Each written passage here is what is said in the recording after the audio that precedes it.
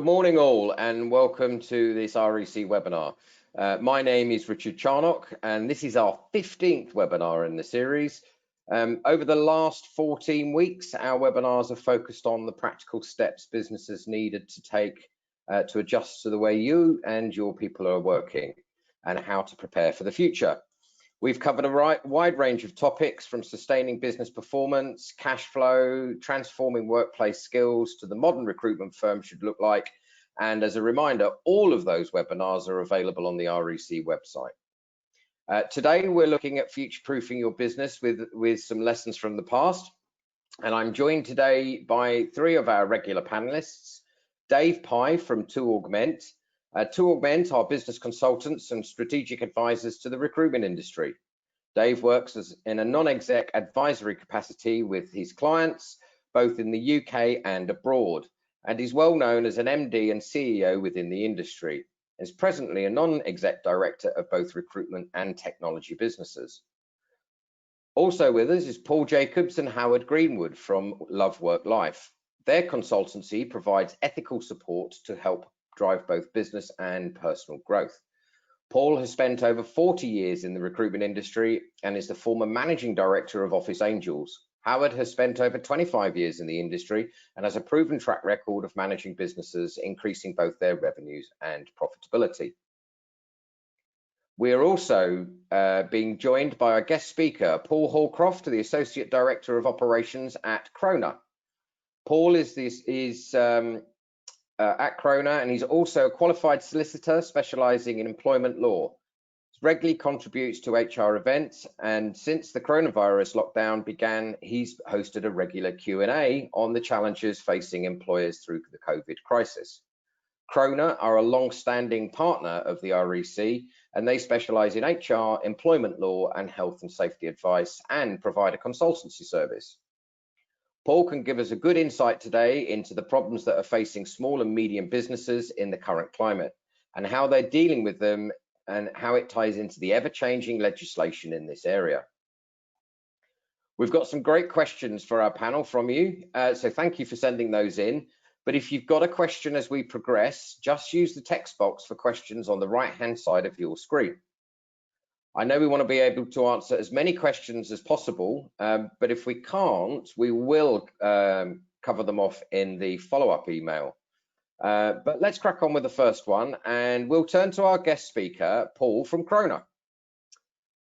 Paul, the new flexible job retention scheme launched yesterday, but what are the practical specifics of this new scheme for a business compared to the previous scheme, and what do businesses need to look out for when using this scheme? Hi Richard, thank you for that, and thanks for inviting me on as well. I've watched a few of these sessions before and been really impressed. I know that when it comes to the flexible furlough scheme and what's been changing over the last, 4 months we're in now, I know you and I have spoke regularly over the phone when I was at home, and so were you, when we were talking about how things were changing. And what we had this week was, we had a big change this week. It's a really important week, and I've been myself hosting a Facebook Live Q&A session where we've had businesses, small businesses, medium businesses come on there and ask questions, and that's been because this has been ever changing. It's completely brand new. We never had furlough before this. It was an American term. We've had this for 4 months. We had a set furlough scheme, and I'll just talk briefly about how the old scheme works and just what new business needs to be thinking about with the new scheme. But under the old scheme, it was pretty straightforward. Employees were either furloughed or they weren't. There was 3 prerequisites for them to be furloughed, really straightforward. We had to have somebody who didn't work, and that's the main key one that I want to focus on here, but they didn't have to work. It was for a minimum period of 3 weeks, and it was in a reaction to the coronavirus situation. So they were the 3 prerequisites we needed to fulfill before, but the simple point in the old scheme was that an employee couldn't work, not for 1 hour in any week. If they worked for 1 hour in the week, you couldn't claim for them under the job retention scheme. Now, that didn't help us in phasing people back into work as we're going to over the next 4 months. So we've got 4 months left of the scheme. We're into phase 2 now, and we've got a new scheme which started yesterday. And under this new scheme, it gives employers maximum flexibility. There's a bit of confusion about how this works at first. The government have given us future guidance on this a couple of weeks ago now.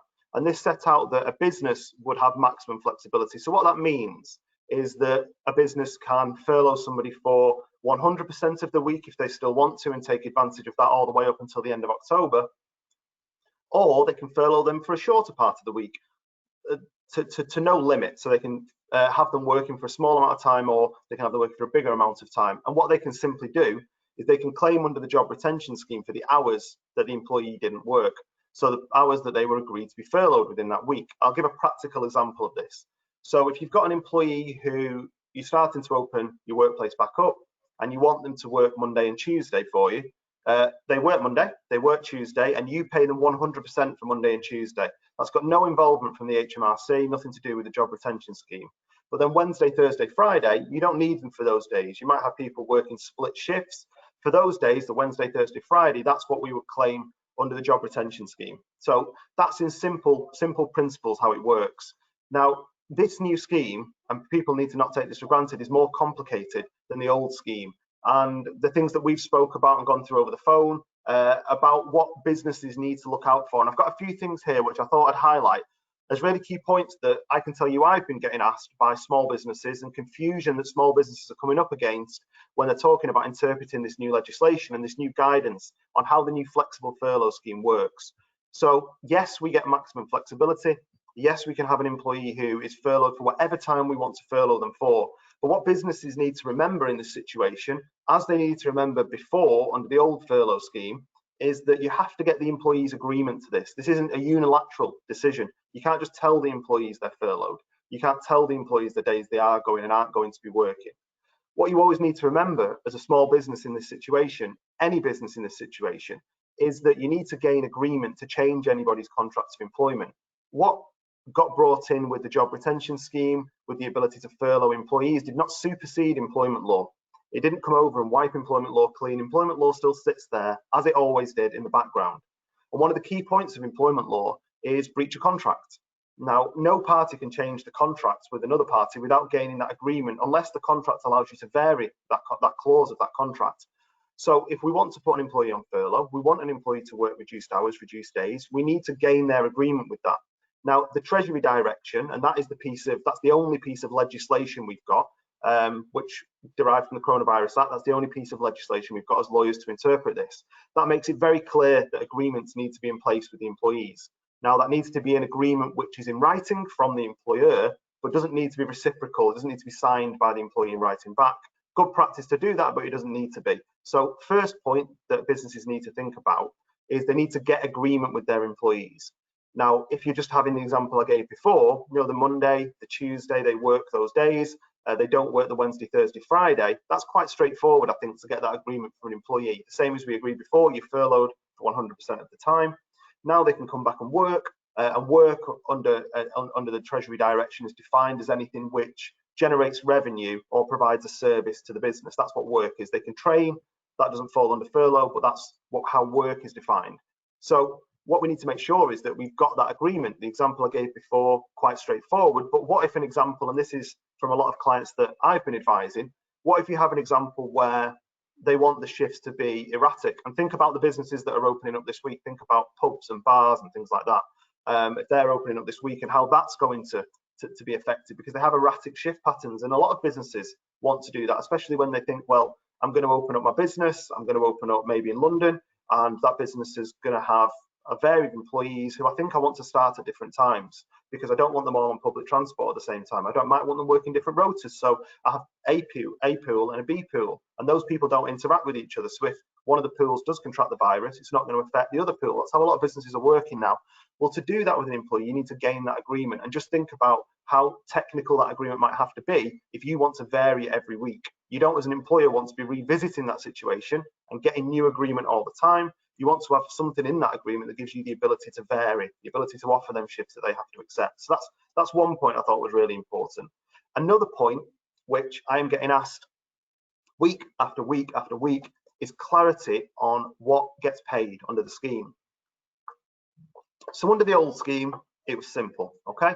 Employee gets 80%, up to £2,500, straightforward what they got under the old scheme. What's happening under the new scheme is that for June it was the same, for July it's the same. August, an employer can't claim back pension and national insurance, employers' contributions for that. they can never claim that back for September and October. But in August, they can claim back 80% as they could before. September, that goes down to 70%. And October, that goes down to 60%. Now, what businesses need to think about here is these are two separate pools, is what they can claim back and what they pay to the employee. Now, in simple terms, the most simple way I can explain this, and where a lot of businesses are getting this wrong that I'm speaking to, is that what they pay to the employee never changes. The employee gets 80%. As they got 80% under the old scheme, they get 80% under the new scheme. What gets processed through payroll to that employee is never going to change for the whole of the scheme, all the way up until the end of October. So that remains exactly the same. What does change is what a business can claim back under the job retention scheme. That's what's changing, and that's what's diminishing as well. I know this is a point that we've discussed as well, and that's leading to more businesses contacting us now, taking advice from us, asking me questions as well about this, about moving to a redundancy situation and considering redundancies a little bit more, because the job retention scheme diminishing in what you can claim back is becoming a less attractive option for businesses as well. So that's a bit of clarity on what can be claimed back. There's confusion there. Another pitfall of this, something businesses need to look out for as well, is annual leave and how holiday pay works.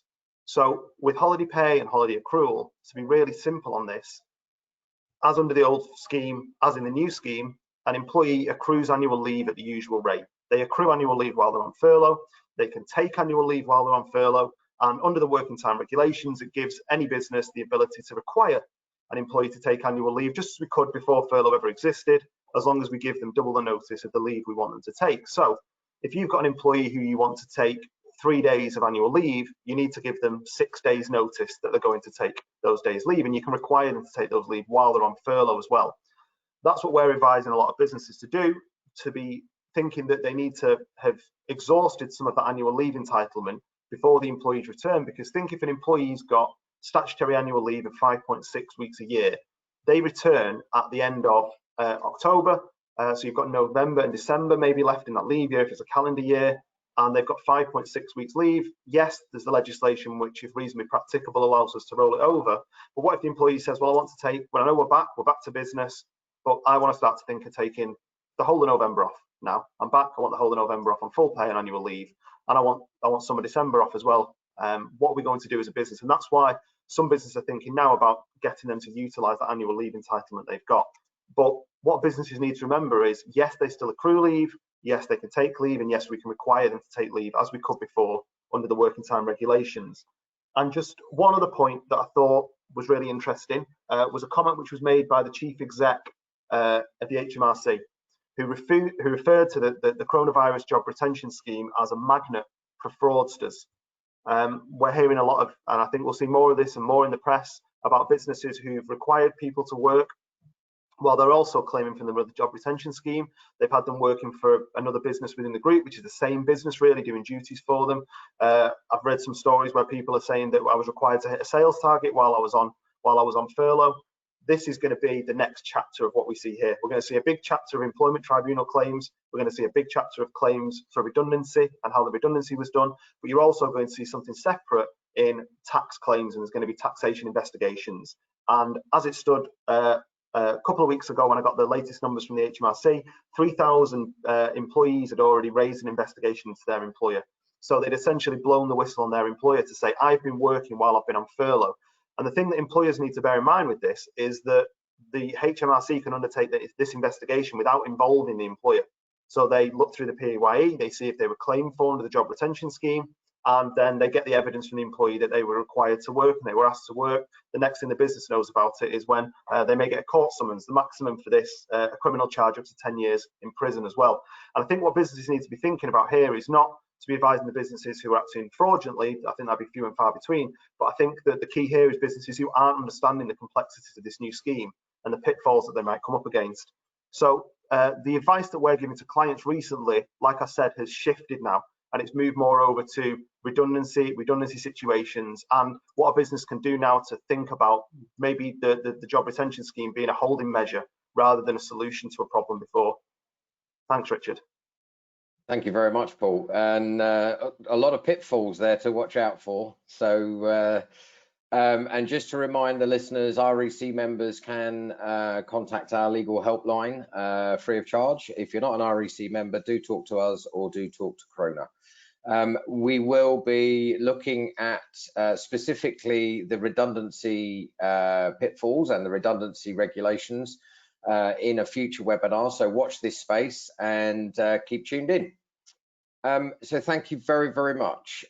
We will come back to Paul later throughout the webinar, but let's move ourselves on. I've got a question from one of our listeners, and they've said that they have adopted a more flexible working policy, and that has worked. They're planning on retaining this approach for when they return back to their office, but they want to know what's the difference between flexible working and agile working, and how flexible work benefits the business, but what about agile working?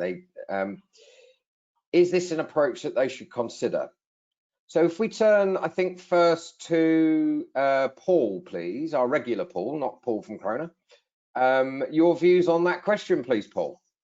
Yeah, thank you very much, Richard. Good morning, everybody. I don't know what's happened to the summer, but hopefully the sun is shining in your neck of the woods. It's definitely not doing that in Woodford Green at the moment. But anyway, the difference between flexible working and agile working is actually quite significant. I think we all understand flexible working in its truest sense.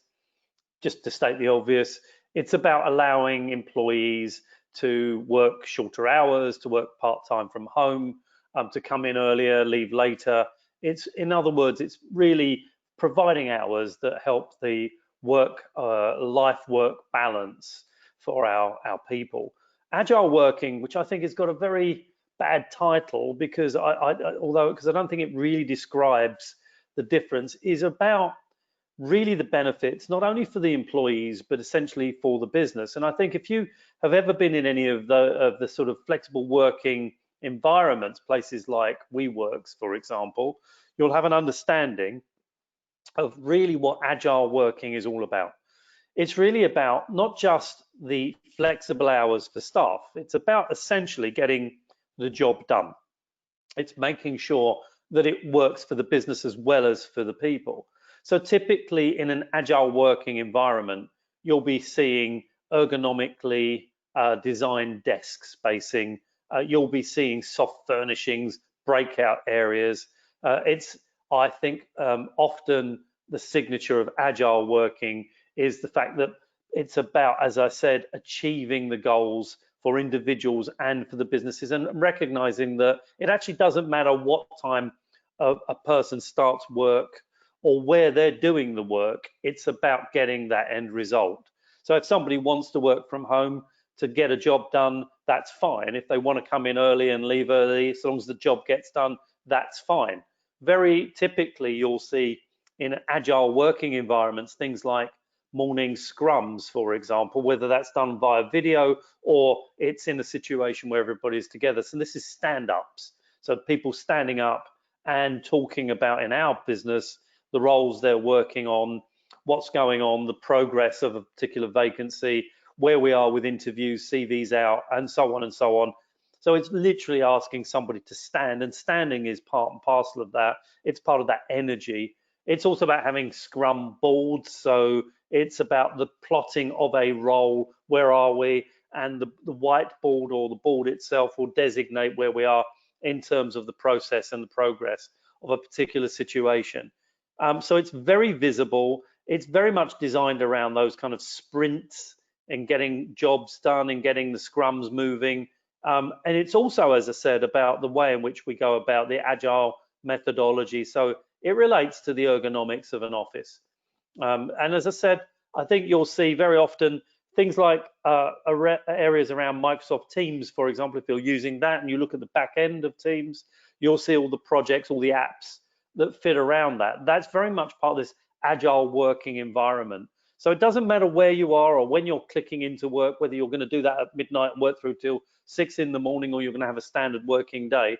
It's about that collaboration and getting the results achieved that's right for the business, that's right for you as an individual, and indeed overall provides benefits, and not just benefits for the employees, but benefits in cost for the employer. So typically, again, with agile working, you'll see very much smaller workspace. So there won't be a desk for everybody. You'll see hot desking, recognizing that not everybody is in the work environment at the same time. And there are good examples of that with people like Vodafone downsizing, for example, the size of their building, understanding that not everybody is in at exactly the same time, and therefore there are big cost savings to be made in that situation. So that's a kind of broad understanding of agile working as opposed to flexible working, Richard. Thanks, Paul. And of course, if if people are taking advantage of the flexibility in the new job retention scheme of bringing people back, then obviously agile working may be of a significant interest to them. Thank you. So let's turn to Dave on the same question, please. Yeah, thank you. Cheers, Paul, and thank you also to Paul for that brilliant introduction. It was really helpful. I think one of the joys I have of being a non-executive director of a number of different recruitment firms is that one or two of the roles I have are sort of outside of recruitment. So in Lisbon, there's a company called Agile that is a software development company, fantastic, run by the British and the Portuguese. And I spent a bit of time in Lisbon, and that's where I first came across this whole concept of agile working. And rather than me thinking perhaps naively, it was something that the IT people did. It became very obvious that it was just a way and a pattern of working. And Paul had it a little bit with the sprints and the scrums. That was just the way that they, as a software development team, worked. What's been interesting during this whole coronavirus is that it has worked so brilliantly for them because they've got engineers, customer experience people, UX people, all working from home and still using the technology, working with this agile method. And it does work, it just works so well. When you think of it directly applying to us as recruiters and running our kind of desk-based recruitment systems, it's something that I think we need to understand and think about how we can apply, because it's there really to speed up the processes and make each of our businesses more efficient. And I think if you scribble down those words, where can I speed up processes? Where can I make things more efficient? And almost a third column, which would be what drives greater engagement, both engagement with my staff, particularly for those that still haven't come into the office yet, what drives greater engagement with my candidates and my contractors, what drives greater engagement with my clients. Then there'll be little tips and little techniques from the way of agile working that can work very well for you. I think there's a danger of fatiguing recruiters who have been on their own, working from home. Traditionally, a lot of our recruitment people are younger people, and they've not experienced anything like this. Clearly, none of us have experienced anything like this, but some of the younger ones are at home in flats. They may not have their own house, they may not have their own garden, they may not have a means of escape, and it begins to wear on you, begins to get you down. Well, something like Agile, where you can stand up, where you can pulse, you can do something for 15 minutes, and then something else for 15 minutes, and then something else for 15 minutes, can bring an energy back to our recruiter desks, and particularly for those that are not yet together in the offices. And as we know, even when we get into the offices, the space is going to be much bigger. It may not have quite the same atmosphere. I think I'd said in the past, there's a company that I worked for that had offered their staff the opportunity to continue to work from home all the way through to the new year. Well, if all, say, 30 people don't come back, the office is going to be very different. So I think as leaders, we can use the techniques and the words that Paul's described about Scrum and that agile working to our benefit. I would definitely have daily and weekly meetings. Most of you are doing that now because we're into what, day 100 or so of this, 15 weeks of it. So I think we've got that pattern. But now, if you're running your business in a very agile way, you'll be looking at that pattern again and saying, well, does that work for me? Does this new system or this way of working improve my processes? Does it make me more efficient? Does it engage me with our clients more? Because if everyone is aware of the process and the way it all works, they're the sort of questions you should be asking. And I would just encourage you to take a snapshot look at your current business how you're working, and it's that difference between being flexible and being agile. How you're working, what can I do, what can I change? Audit the processes that you may have even put in since COVID. Are they now appropriate for this new way of working? Look at the tools you're using. Do they work for you? Are you measuring them? And if you can do that, then you are working in an agile way, in the most agile way. Thanks, Rich. Thank you very much, Dave. Oh, where's my video gone? There we are. Thank you very much, Dave. Howard, would you like to follow on and take up on this question, please? Indeed, absolutely. Morning all, I hope everyone's nice and well. Paul, thank you very much for your legal update. It was very interesting and good to hear how we can sort of work and what's going on. It's also good to hear that those that are flaunting the rules will be chased by the HMRC, because I think that the HMRC have done a great job and the government has done a great job for companies, and we need to respect that, I think, in lots of ways. I think flexible working is actually here to stay. So it'd be part of creating that better work-life balance. And I think we've got to be careful of not creating this. I'm working from home, it feels great, or I'm living at work, it's not great. And I think there's the two separate things that we can try to sort of avoid there. So it's how we sort of set people up working from home. So managing flexibility working or flexible working is going to be the biggest challenge that most businesses have. And it's about how to adapt and survive that properly. That's where agile working processes sort of come into place a little bit. And Paul and Dave have already sort of spoke quite eloquently about what of those have done. I've worked with a lot of top tech agencies and worked with them and also mentored them, and they've used bastardized version of Agile. Lots of tech companies themselves have Agile, but they don't use Agile in its purest form. They adapt Agile to suit. So as Paul said, the daily scrums over Zoom, etc., is great for keeping everyone fresh in the morning and talking about what their workload is and what their process is. It gives them opportunity to discuss problems, and it gives them opportunity how to help overcome each other's problems and sort of add that sort of team commitment, that team environment. It stops consultants hiding behind what we'd say poorly qualified roles or working requirements too long, where there's little or no commitment from clients or little chance of making a placement. So it has its massive advantages, but it also has disadvantages if we don't really review our strategy properly and what's going on. If your clients have never worked in an agile environment before, them suddenly having to stick to timescales and stick to processes and be part of your sprints can be very, very hard for them. And sometimes it might feel a little bit of overkill. So we need to train our staff on how we sell the process to our clients. Staff sometimes also feel that because we're doing lots of sprints every morning, we have a scrummage. They sometimes may feel that if that scrummage isn't run correctly, that it becomes almost having a negative start to the day and a negative impact, especially if you're a consultant that's not having a great time, because you're highlighting that all the time.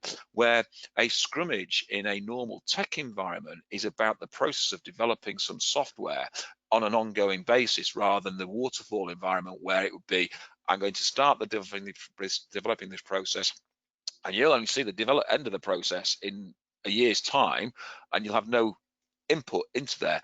Scrum makes you feel, or Agile makes you feel, part of that process all the way through, and that's why they run sprints, so they can say, right, here's a new part of the process, here's the next new part, here's the next new part. So if you've got consultants that aren't providing or producing, then sometimes it starts to feel a negative environment. So managers, it's really important that we actually train our managers properly to keep track of what's going on in the Scrum meetings, to make sure that they are positive, and make sure that we separate those type of performance type meetings from the Scrum meetings. So there's no real halfway house regarding flexible working, in my view, or agile approach to working. You have to be one in, all in flexible working. Otherwise, it becomes very confusing. I've had conversations with clients already who are talking about, I'm going to give my senior staff flexible workings, when what actually you're saying is that you're giving them their opportunity to work flexibly at home. But what does that say to the rest of the staff? It says that the rest of the staff, that these people have been given a privilege, and a lot of clients are saying, well, that's great because they need to work and earn those privileges. But what it actually creates is, if it's done in the right way, it might create that opportunity.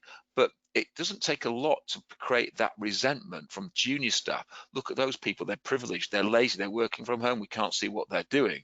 But worse still, if your management team are out getting that flexible approach and working from home, who's actually managing your junior staff? So there's lots of things we've got to think about with regards to agile working to make sure that it's implemented properly. And if it's implemented properly, flexible working and agile working can be very, very beneficial to the business and drive the business forward. But we've also got to be careful of the pitfalls of agile and flexible working. To me, it has to be a benefit to all the consultants, because once it's a benefit to all the consultants, then that benefit and value that you're providing to your consultants will fall and stream down to your clients, and that will start to come back to you at the end of the day. So I think flexible working is absolutely something that will happen and should be happening. Agile working, we've got to work how we integrate that into our services properly, and if done properly, can be very, very beneficial to you. Back to you, Richard. Thanks, Howard. Thank you very much. We're going to come on to the tech. You mentioned that a lot in there. I think we'll cover the tech in the next piece. But before we do, Paul from Krona, is there anything you'd like to add to what our previous speakers have said on this question? Yeah, sure. That was really interesting. I loved all of those responses. I was hooked in then. I think that really simply, that I can tell you a little bit about what we're giving advice about to clients and what small businesses are talking about now. The world's changed. I thought Howard put it really well to say it's here to stay. The world is changing. The businesses who don't do that now are going to lose the best talent. They're going to lose the best candidates. They're going to move on to other businesses who are moving to a more agile way of working. And this is something that we're giving a lot of advice about. And this isn't just bigger businesses.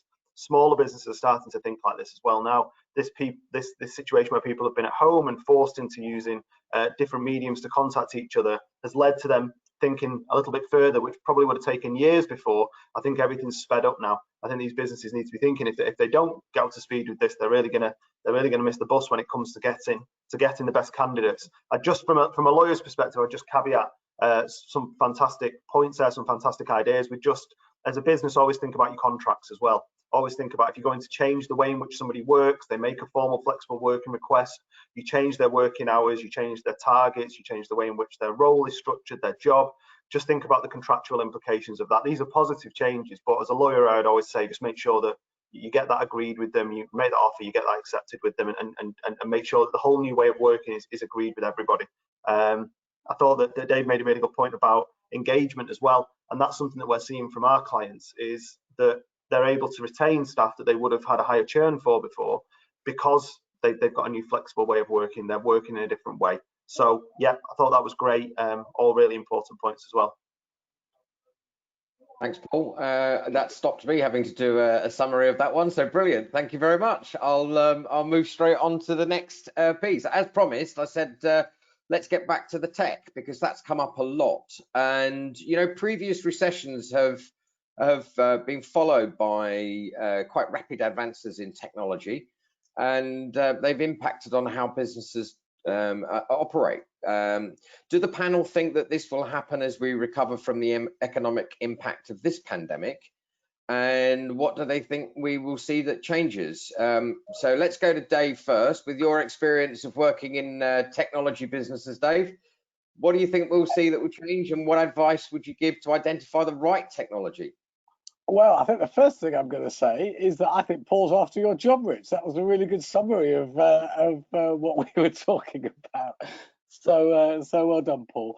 I think I'm going to start this kind of short answer about tech by saying to all of our recruiters, we are a people business. And we know that there are some wonderful technology companies out there, some wonderful partners that we all have.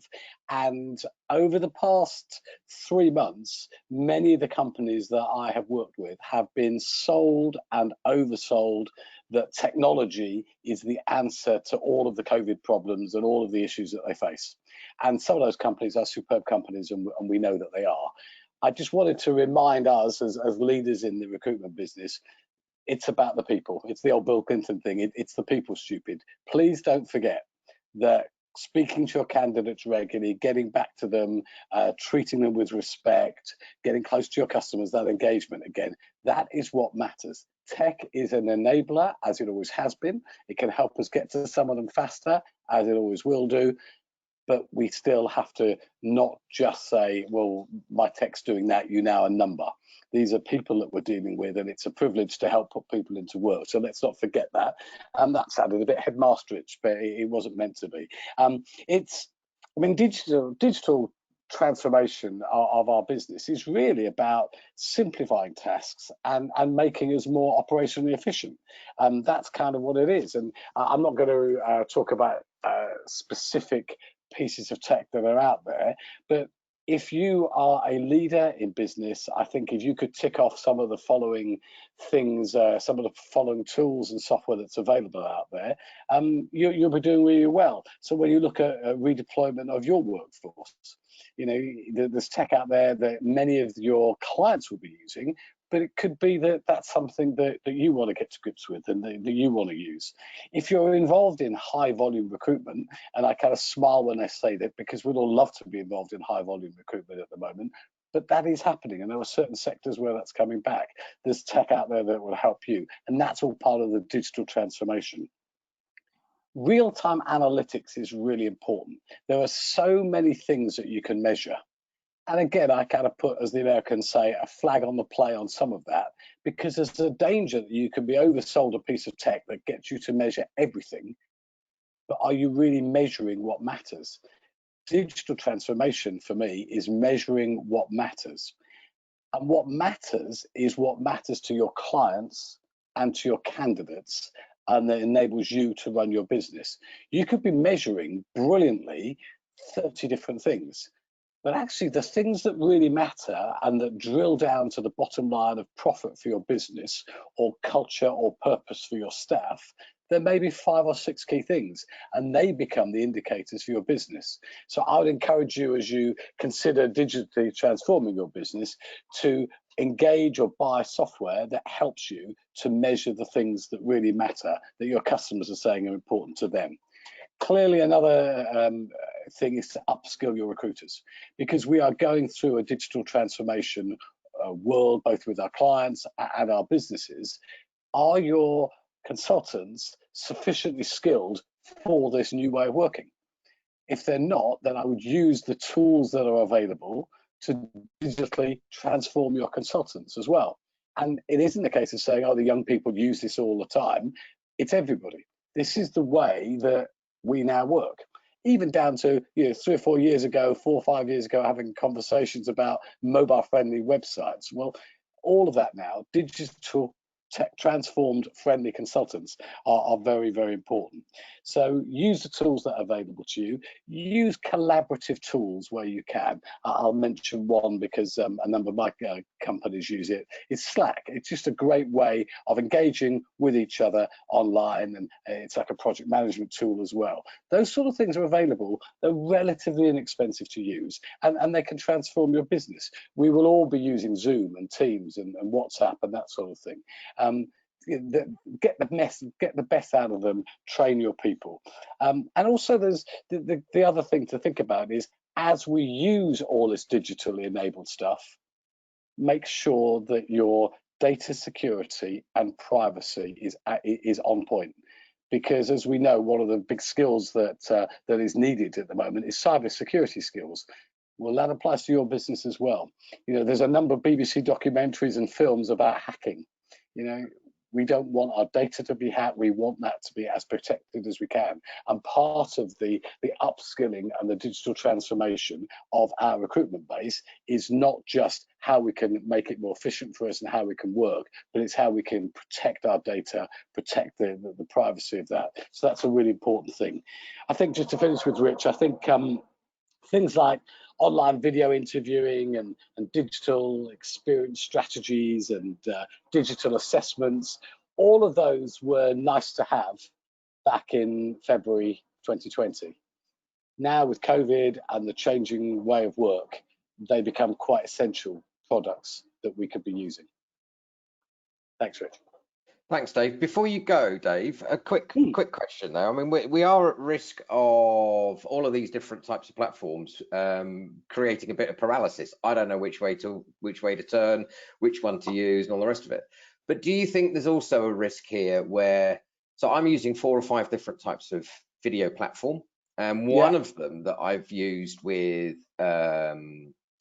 clients at their request has been FaceTime.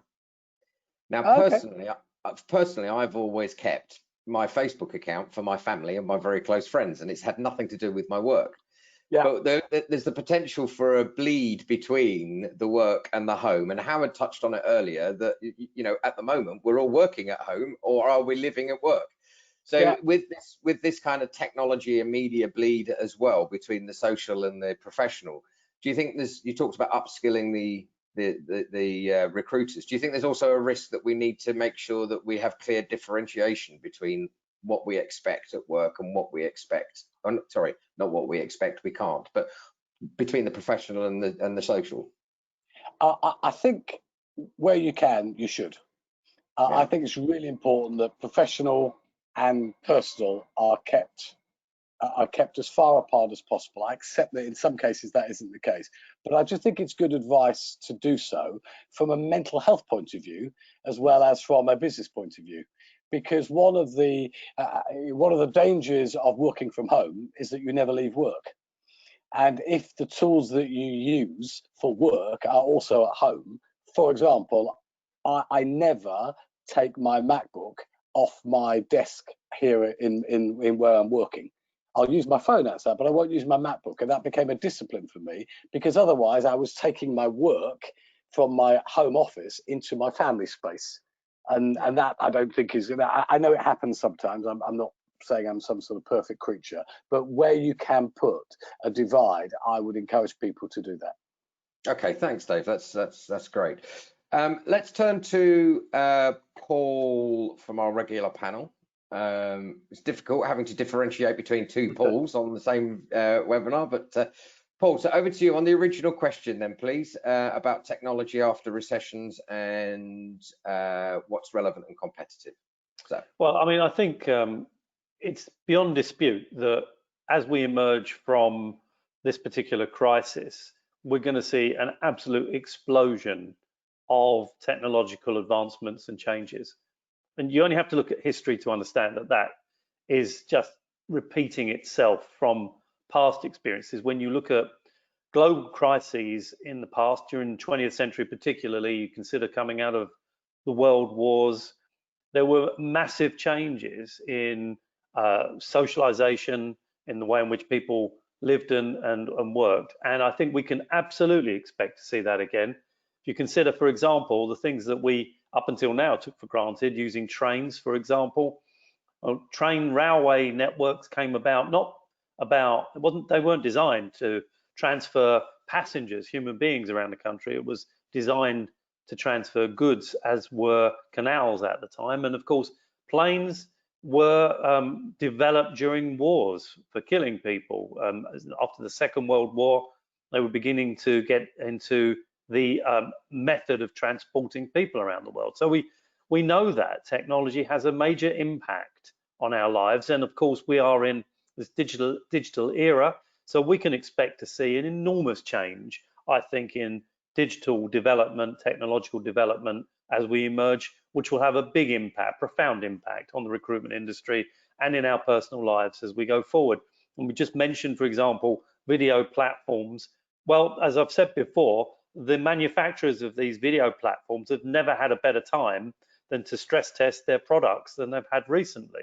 And we can expect to see them becoming less clunky, easier to use, and more sophisticated with their availability and ease of use for us as we go forward, and particularly around Microsoft, who use Teams, and as we're using Zoom and so on and so forth.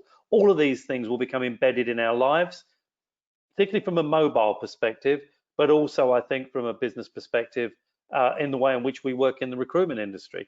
So video technology, as we're using already, becomes something that becomes normal. And as I've been saying for weeks and weeks and weeks, I think that's to be welcomed, because we get beyond sending CVs, bits of paper, as it were, with ink on them, we get to a position where we can influence people far more using video platforms by being able to send video clips on candidates and demonstrate to our clients that they're not a bit of paper, that they are flesh and blood, and influence their decisions to see people, and indeed the speed at which we get interviews taking place. Other things I think are becoming quite prevalent, and we'll see development in those areas again with video, things like employer branding. So we'll begin to see promo videos. You're already seeing those with our clients, and we'll be able to use those promo videos. Some of them will become even three-dimensional to show our candidates what it will feel like and be like to work and on the premises within the confines of that particular employer. And we'll be promoting our own businesses in this way. So video employer branding becomes something that becomes very useful.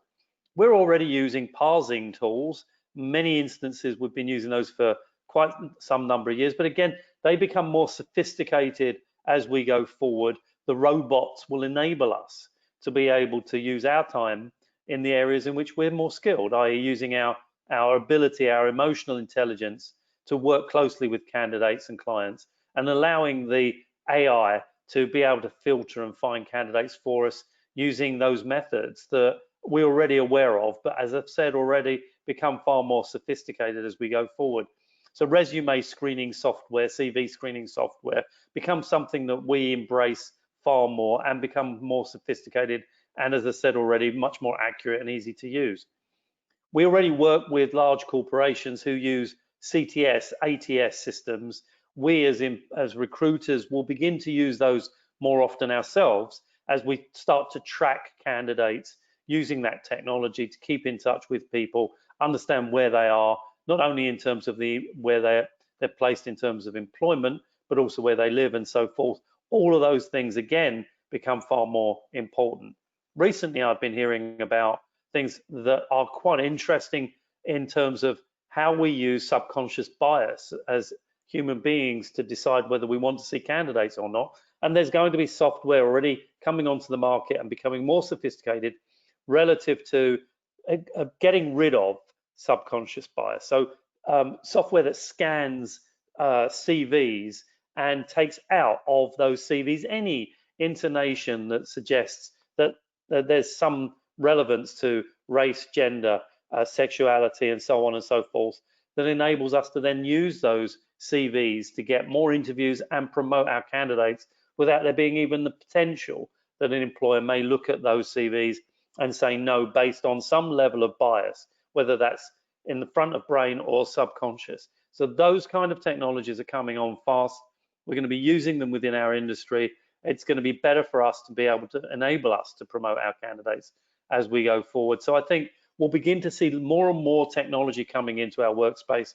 The good news, and I think Dave made a great point, ours is a people business. So any technology that we can embrace in our businesses that enable us to use our natural ability to influence, to get involved with people, to build relationships, to provide us with that time should be welcomed. If we can get technology, artificial intelligence to do the searching of CVs far more accurately and more quickly than we can, let's do that. By the way, technology will get cheaper too. As we know from experience, the new technology is expensive, but as time progresses, it becomes cheaper and cheaper. And we'll see that as well coming through into our particular space.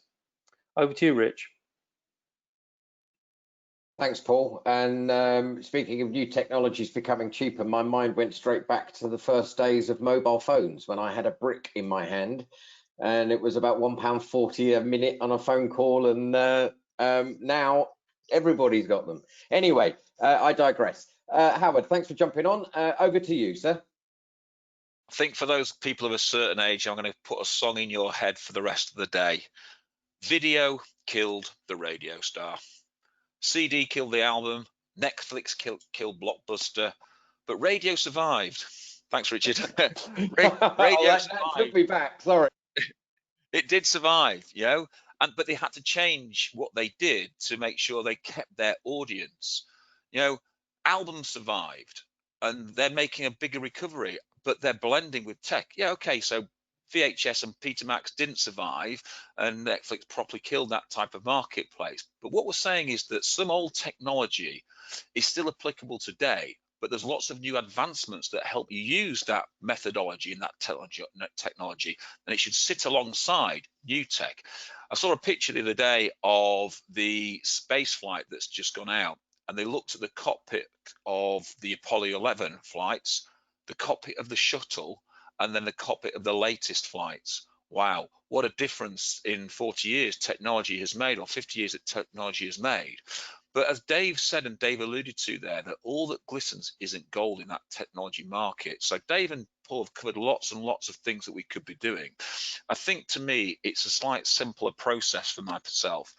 We need to be reviewing all our processes, front office, back office, our sales processes, any process that we have, on a more regular basis.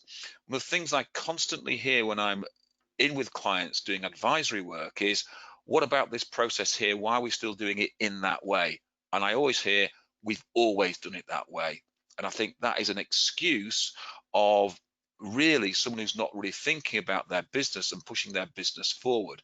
So we've got to start thinking, if a process looks like Noah created it, is it still applicable in today's world?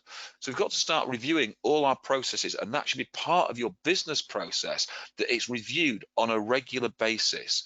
So look at what your current suppliers are doing with their process. Look at what your current suppliers are doing with their technology.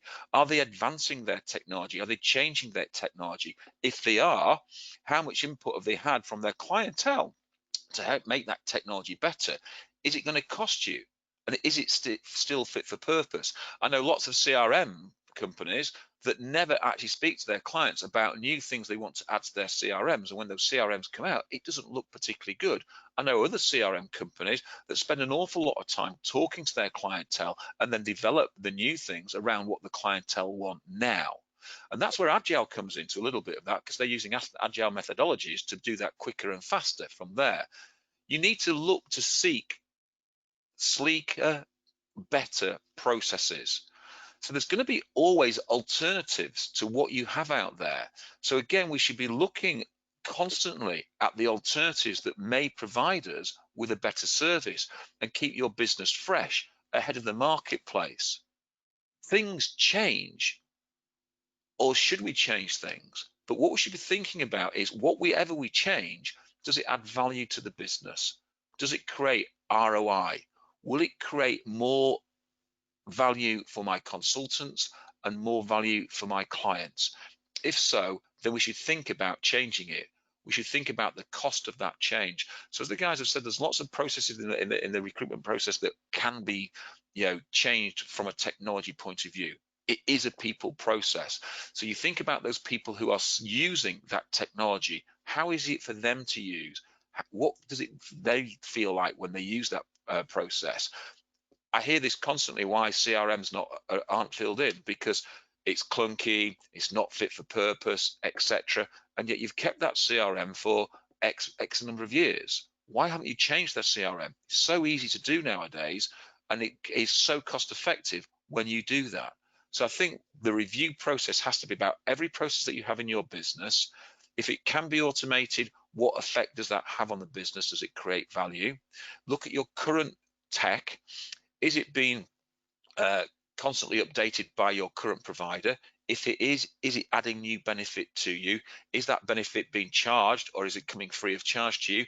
And then look at alternatives. Could you swap it out for something else and look for something different? And I always think about that when I think about a car. You buy a new car. If you're lucky enough to be able to afford to buy a new car, you get the latest car available at that moment in time. 6 months later, a new version comes out. 2 years later, a new version comes out. So if you want to keep up with a better car, you keep changing your cars regularly, which is why some people have gone from buying cars to leasing cars. Well, should we be thinking about what we do with our technology and what our processes? We review constantly and change constantly to keep ourselves ahead of the game. And that's what I think, Richard, we should be sort of looking at with regards to technology. Yes, there's always going to be a massive advancement of technologies, but what's good for you and what's bad for you is what you should really be thinking about. Super, thanks, Howard. So Paul from Kroner, is there anything you'd like to add to what our speakers have said? Yeah, I think if you could have seen me on the video there, you'd have seen me nodding the whole way through while everyone was talking. I thought that simply for us, and when I'm talking to businesses, is to say to them that this is not going to be the same. Anyone who thinks that the world of work or what they offer to their clients is going to be the same when they come back as it was when we went off in March is wrong. It's going to be fundamentally different. And Howard brought up a really good example there talking about Netflix. But this isn't the first time we've had fundamental change. We think about Uber, the way Uber changed taxis, and most fundamental change I can think about is the internet. How the internet changed how businesses work, and any business who doesn't embrace that and doesn't look at this new way of working is going to fall behind. And it's going to be a time where I think we're going to see some businesses that weren't doing so well. We've already seen some who are having troubles now who are going to fall away. And businesses need to be thinking that they need to embrace this. Anyone who thinks it's going to be the same is going to get completely left behind. And I can speak personally about Kroner as well. That before this, we would provide a lot of advice in person. We'd meet with a lot of clients in person. And that's shifted now. That's moved to, we're running at about 10% to 15% of that work is being done by video, even though clients are willing to have meetings again as measures are lifted. So we've changed the way in which we work as well, and that's something that we're embracing in our own business. But that would just be something I'd underpin there. I thought they were really good points. Thanks, Richard. Thanks, Paul. Right, what I'd like to do now is I'd like us to go on to our first poll question, please. So this one is a question to you all in the audience, and it's in light of the changes on the job retention scheme, which of the following steps is your business taking in the next 4 weeks? Now, specifically 4 weeks. So please choose which is the most relevant on for your business. And while that is open, I think I'll put the floor open to see if there's anything that our speakers would like to add to the first 2 or 3 questions.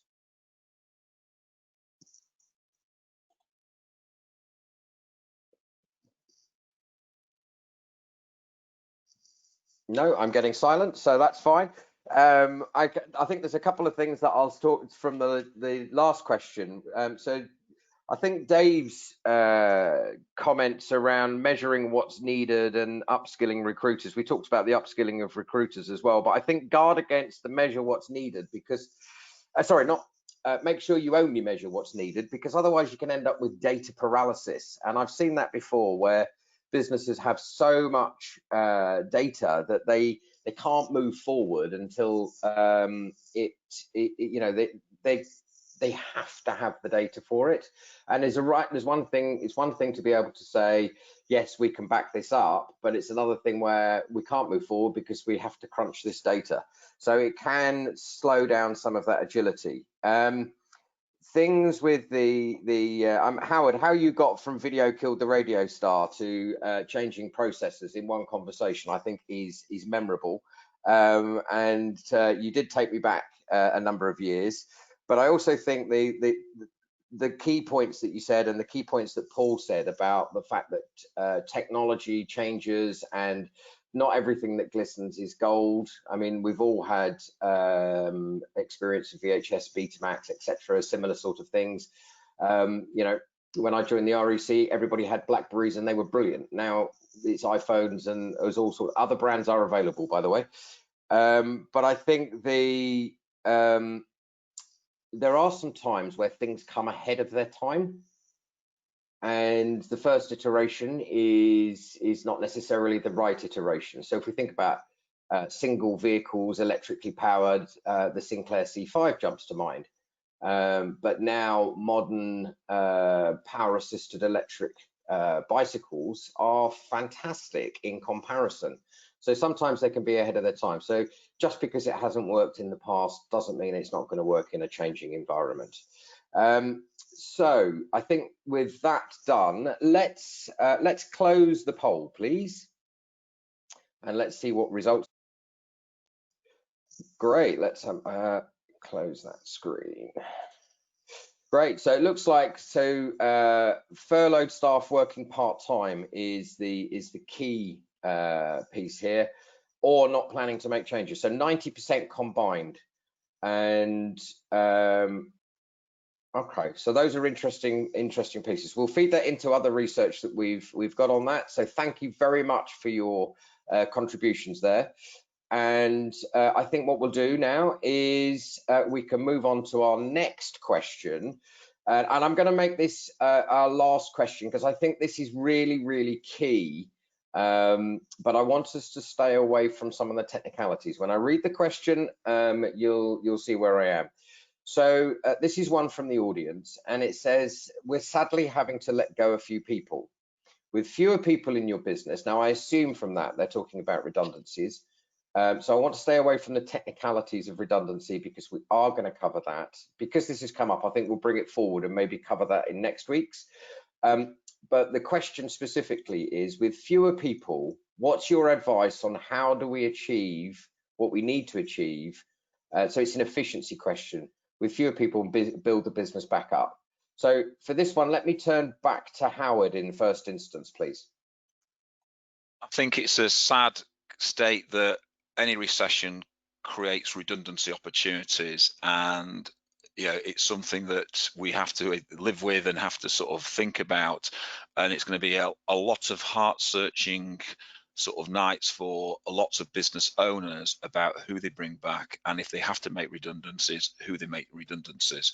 So if we move on to the second part of the question, which was about with fewer people, how do you build your business back up? And I think there's some simple things that we need to start to think about.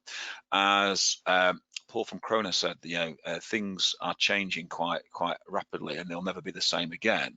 So if we start to think about then, as we come out of lockdown, it is a new era. It is a new year almost from a financial and a business point of view.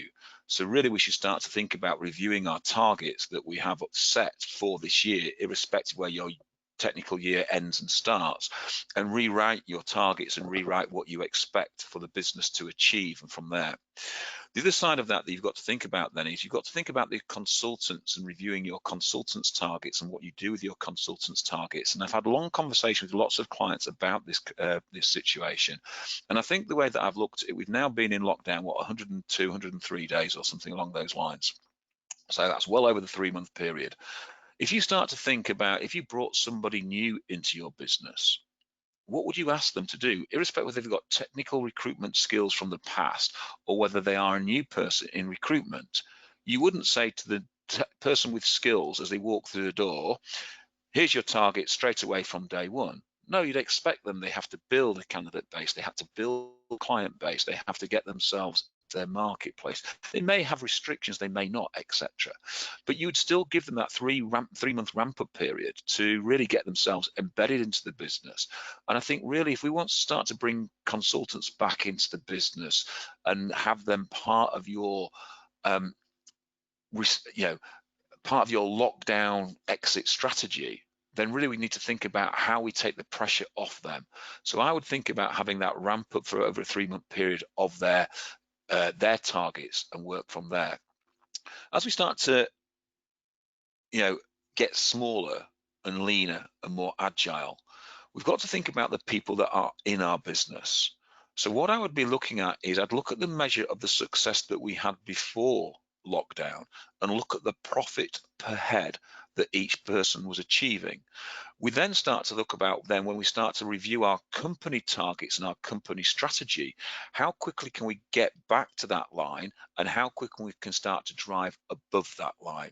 And this is where data really starts to kick in and what we've just talked about from a technology point of view. If we use data properly and look at what data comes and we can extract from our CRM, from our finance systems, we can start to look at what clients we should be focusing on. We could look at, more importantly, which jobs we should be truly working through this period and which jobs that we should stop. And I always look at this and say, rather than working in that sort of feeding frenzy of recruitment, where you're in competition with lots of other agencies for that one client's job, and you're all looking at how you can cut your margins, cut your fees, have a better recruitment process, etc. We're all at that feeding frenzy, and usually what happens is the client wins and pushes something different. We've got to think of different ways that we can add value to our client and we can do the right things from our client.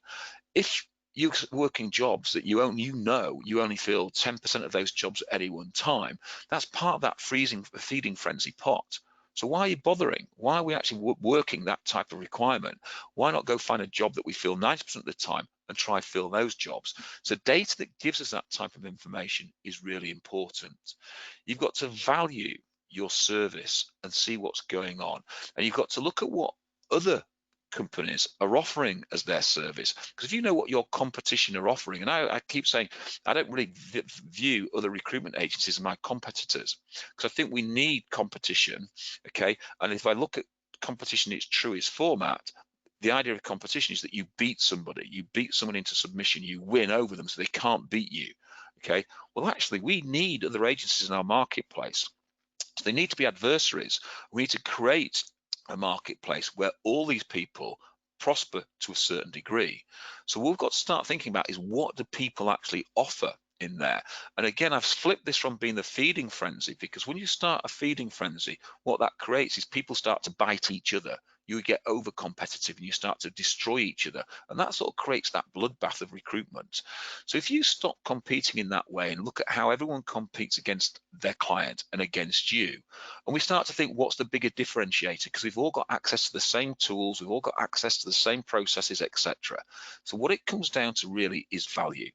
So if we start to then drive value, and we start to look at what value can I give my client, so I've got to go out and measure my client and what they see as value, because lots of companies measure their processes and think they give value, but then fail to actually go out and ask the client whether it's giving value. So the first thing we should look at is, what value can we give our client? If we can give our client true value, then we start to get out of that feeding frenzy and bloodbath of recruitment into clear water. And once we're into clear water, we almost have no competition or little competition. So it's easier, because our clients will buy us on value, because they then trust us from there. So the first thing we've got to think about then is, how do we train our staff and what do we do with our staff? So training your staff is going to be really important on the new processes, sharpening your tool set, providing new services to our clients. So servicing our clients and finding what they want is really important, but also evaluating what our staff want is really important to make sure that they are absolutely productive. So we've got to think that we've got to start to providing true commitment to our staff. What can I provide value to my staff, and start moving from there. So I always think, when we start to look at that, as a business owner, you are where value starts and stops. So if you aren't giving your staff value and they don't feel they get value from you, then guess what? That ripples down the line, and they won't feel that they have to give value to your clients. And therefore your clients don't feel valued, and therefore you're in the same pot as every other agency, and you're just part of that feeding frenzy and that bloodbath of recruitment. If you truly give your staff true value and look after them and elevate how they feel about the business and elevate what goes on within the business, then they will start to mirror that down to their client base, which then creates a better service opportunity. So we go back to the question before about reviewing all your procedures, reviewing all your operations, improving them constantly. So we are improving the service to our staff and then improving the service to our clients. That is when we start to move away from where we were before. So every recession that I've been through, I've done those type of processes and looked at what I've done, and I've always accelerated out of recession and grown bigger opportunities for my staff and created more revenue from the clients that we are working with. I've sacked lots and lots of clients rather than consultants, because it's the clients that were wasting my time that didn't see me as a value proposition. Therefore, I remove them and find clients that were a value proposition. Thank you, Richard, for the interruption. Video killed the radio star. Oh, well, there you go. Thanks for that, Howard. Let's move on, if I may. So, Paul from our regular panel, what would you like to add to this question, sir? Well, I think Howard's answered it pretty comprehensively. I'll just start by saying that obviously it's extremely challenging to be thinking about potentially removing people from the business. These are horrible decisions, clearly having a massive impact on people's lives. And nobody that's ever had to deal with making people redundant, removing people from a business that's a decent human being would ever have approached it with anything less than a huge level of sensitivity and emotion. It's horrible. But I know that, and you guys out there know that. Our clients are doing that at the moment. They're looking at how many staff they need going forward. And unfortunately, for many recruitment businesses, similar thought processes will be going on right now, and similar actions will be taking place fairly soon. One thing I will say here is that I think you've got to be extremely careful not to cut back too deeply. If you remove too many people from a business, then you lose the ability going forward when there's an upturn in the market to react quickly, to be nimble, to use that word again, agile, and take advantage. So I think you've got to look very carefully at how many people you need without necessarily cutting too deep. I think this whole question relates to time management, frankly, and Howard's touched on that very well. I think you're going to need to look at your processes.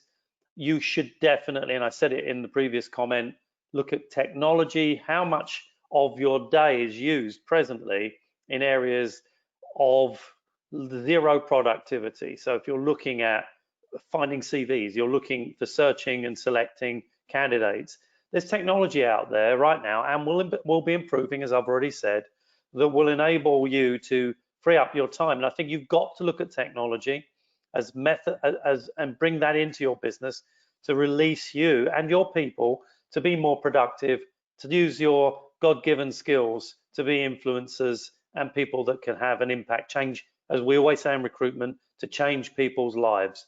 So I would look very carefully at what technology you can bring into your business.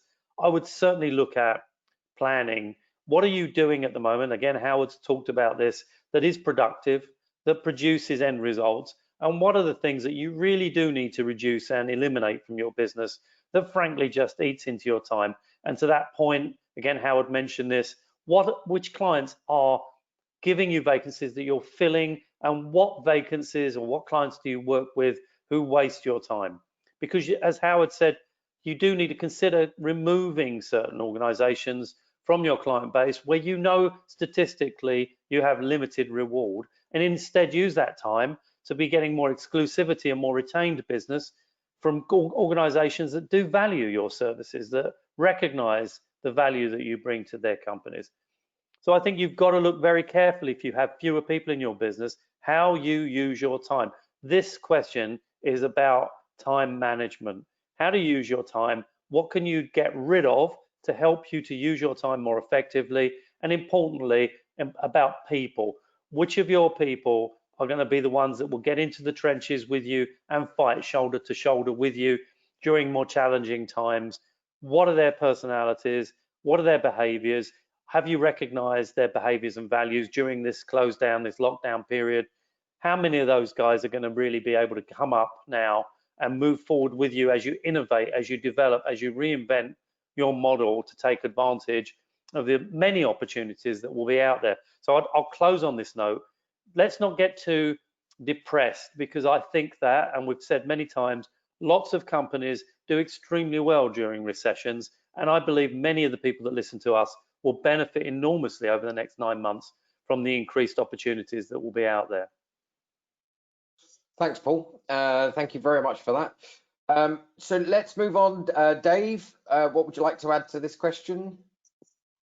Yeah, just quickly, I think a couple of points just to raise. First thing is be very, very honest with your people about where you are. For the ones that are left, or you may have less people, be really honest.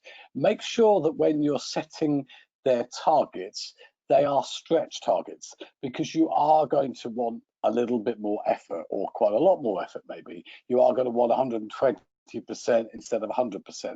Some of them may well have been giving that during this time, but some of them may not. And therefore, make sure that your reward systems are linked to the behavior that you want your clients, your consultants to work with. And that may mean that for the next 6 months or 12 months, you change your reward systems to meet the needs and the demands of the market. I would certainly consider still promoting people. You may not have to pay them any more, but I would certainly consider promoting them and get that sense of motivation and enthusiasm back. And again, my big point about staying closer to your clients and engaging with your clients. Do your consultants understand what's driving your clients' needs, what's driving their businesses, therefore the culture of your clients. Do they understand that? And if they do, they can deliver more and they can deliver a better service.